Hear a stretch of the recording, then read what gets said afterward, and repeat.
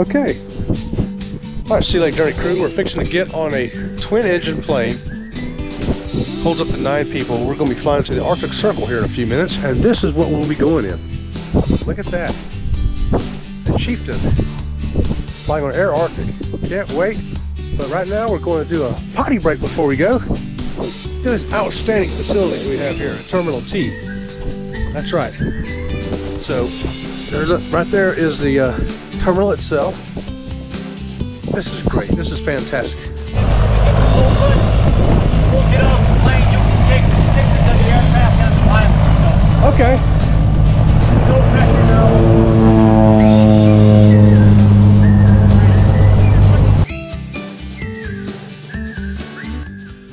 After we boarded, we got buckled in, got our headsets on, and got our cameras ready for the adventure of a lifetime.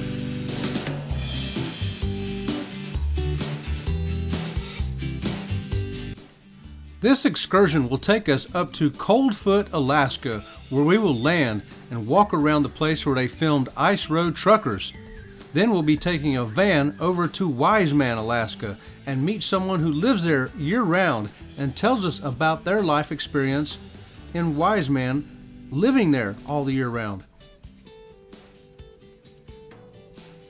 We booked this excursion on our Princess Cruise tour directly through Princess Cruises. So they handled all of our transportation, and it was a fantastic excursion. We highly recommend it.